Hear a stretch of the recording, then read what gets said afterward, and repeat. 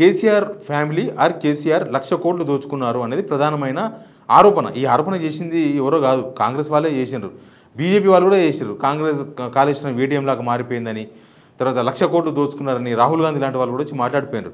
కానీ కమిషన్కి ఎవరు కూడా 1,00,000 కోట్లు దోచుకున్నట్లుగా, 1,00,000 కోట్లు కాదు 1,000 కోట్లు దోచుకున్నట్టుగా, 1,000 కోట్లు కాదు 1 కోటి రూపాయలు దోచుకున్నట్టుగా కనీసం ఆధారాలు కూడా పీసీ ఘోష్ కమిషన్ గారికి ఇవ్వలేకపోయినారు. ఇప్పుడు ఆ కమిషన్ ముందుకు అసలు గవర్నమెంట్ పోలేదు. గవర్నమెంట్ వచ్చిన తర్వాత కదా ఎంక్వైరీ జరిగింది.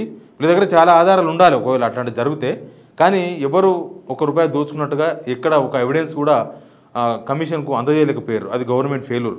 ప్లస్ బీజేపీ వాళ్ళు కూడా మోడీతో సహా కింది స్థాయిలో ఉన్న వాళ్ళ వరకు దీనిలో ఇది ఒక ఏటీఎం లాగా మారిందని చెప్పినారు. పొలిటికల్ ఆరోపణ తప్ప అసలు వాళ్ళు కూడా ఒక్క ఆధారం కూడా కమిషన్ చేతికి ఇవ్వలేకపోయినారు.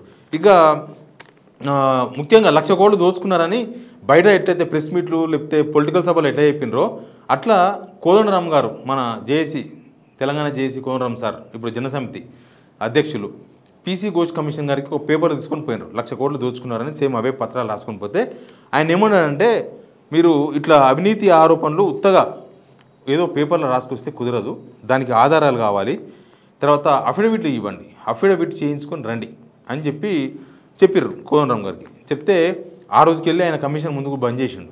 2 సార్లు పోయిన కమిషన్ ముందుకు.